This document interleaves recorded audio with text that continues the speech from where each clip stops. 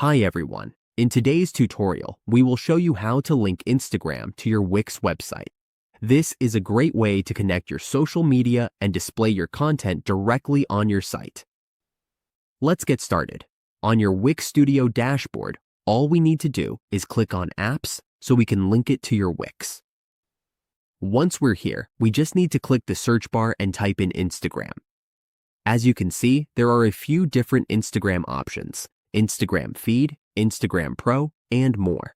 We just need to pick the one that works best for us. Since we want to link Instagram as a follow button, all we need to do is click Instagram Follow Us. This lets visitors follow you directly from your site, and it has a great rating of 4.9. We just need to click on it. Once we're here, all we have to do is click Add to Website, then Agree, and Add. Let's wait for this to load. We just need to accept the terms. Now, let's use it. There we go. Instagram is now on your Wix, and that's how we link Instagram to your Wix website.